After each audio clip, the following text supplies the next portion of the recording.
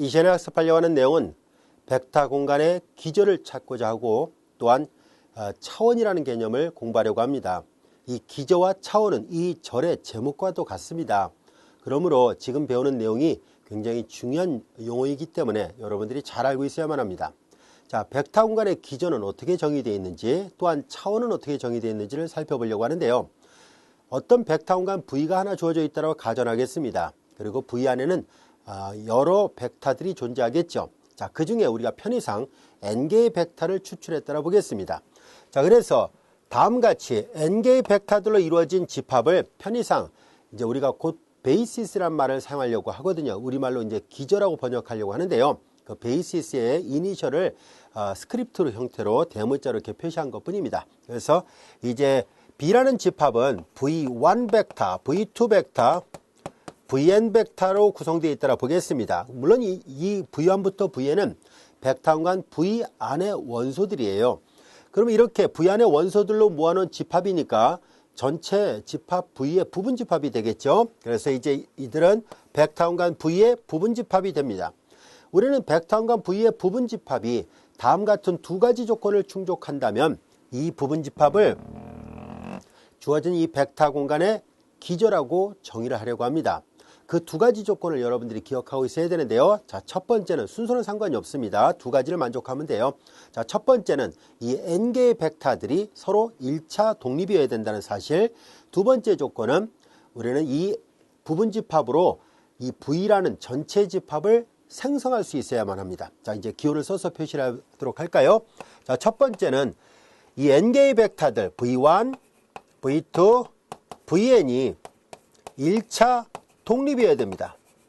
우리가 앞 시간에 배웠었죠. 1차 독립이란 말을 배웠었습니다. 1차 독립이란 것은 이 벡터들의 1차 결합을 합니다. 그리고 이걸 0벡터라 가정을 했을 때 앞에 개수 K1, K2 그리고 쭉 가서 Kn이 모두 0밖에 나오지 않는다면 이 n개의 벡터들은 서로 독립이다 라고 얘기를 했었죠.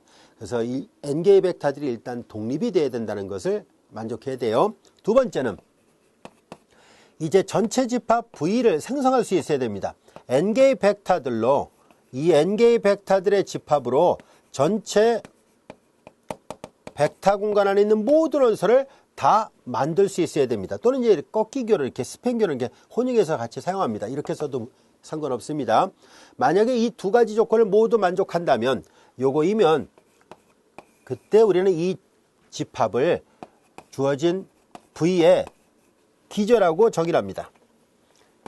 기저, 이제 베이시스를 우리말로 이제 기저 이렇게 번역해서 사용하고 있습니다. 이것을 기저라 하고 그 다음에 이 기저를 이루고 있는 원소의 개수입니다. 지금 보니까 n개가 있네요.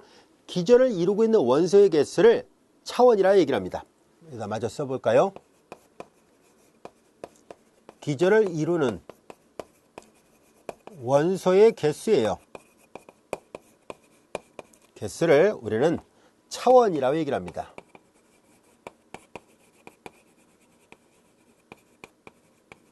디멘션이라고 얘기를 합니다. 자, 이제 차원이라 하고 앞으로 차원을 자주 다룰 거거든요. 그래서 차원을 구할 때 기호로 다음과 같이 표시합니다. 차원의 이니셜을 따와서 DIM 이렇게 쓸 것이고 주어진 벡터 공간의 차원이라는 뜻에서 V의 차원을 이렇게 표시할 겁니다. 자, 지금 만약에 이렇게 n개의 벡터들로 이루어진 집합 B가 이 두 가지를 다 만족해서 기저가 되는 게 맞다면 그러면 기저를 이루고 있는 원소의 개수가 n개죠. 그러면 이 주어진 벡터 공간의 차원은 n차원이다 해서 이렇게 표시합니다. 이것으로 나타낼 것입니다.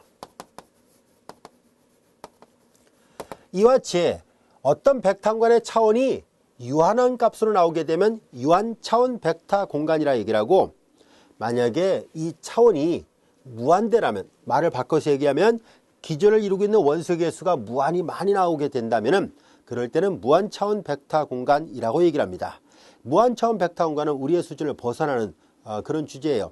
보통 대학원 교과정에서 다루게 됩니다. 그래서 우리는 유한차원 벡터 공간을 다루려고 합니다. 예컨대 우리가 앞에 5장 1절에서 벡터 공간 여러 가지를 배웠었죠. Rn 공간, 그리고 행렬들의 집합으로 이루어진 벡터 공간, 다항식들로 이루어진 벡터 공간, 요 세 개는 유한차원 벡터 공간이 돼요. 그러나 연속함수들로 이루어진 벡터 공간의 차원은 무한차원입니다. 그래서 우리는 연속함수들로 이루어진 벡터 공간은 차원을 구할 때 따로 우리가 다루지 않으려고 합니다. 만약에 정말 만약에 시험에 나오면 무한차원이다 라고 생각하면 됩니다. 우리는 주로 학부 교과 중에서는 유한차원 벡터 공간을 다루기 때문에 앞으로 우리가 즐겨 다루는 예문도 Rn 공간, 행렬들로 이루어진 벡터 공간, 다항식들로 이루어진 벡터 공간 이렇게 주로 세 가지를 다루려고 합니다. 자, 이제 우리는 이렇게 새로운 용어들을 배웠어요. 기저라는 말, 그리고 차원이란 말, 그리고 기호 표기를 어떻게 한다는지 살펴봤습니다. 그리고 한 가지 더 설명할까요? 특히 벡터 공간 V가 0벡터만으로 되어 있을 때입니다. 얼핏 보면 원소가 하나가 있어서 그러면은 이렇게 되면 1차원이구나 라고 생각하기 쉬울 텐데요. 아쉽게도 제로 벡터는요 종속인 벡터가 돼요. 그래서 우리는 독립이 되질 않거든요. 그래서 이제 이럴 경우는 차원을 그냥 정의를 합니다. V의 차원, 그러니까 0벡터만으로 이루어진 차원은 그냥 0차원으로 약속합니다. 정의를 한 거예요.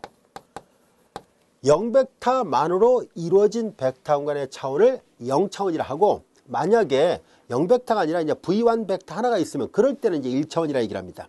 V2가 만약에 독립이면 그때는 2차원 이렇게 말을 하도록 하겠습니다.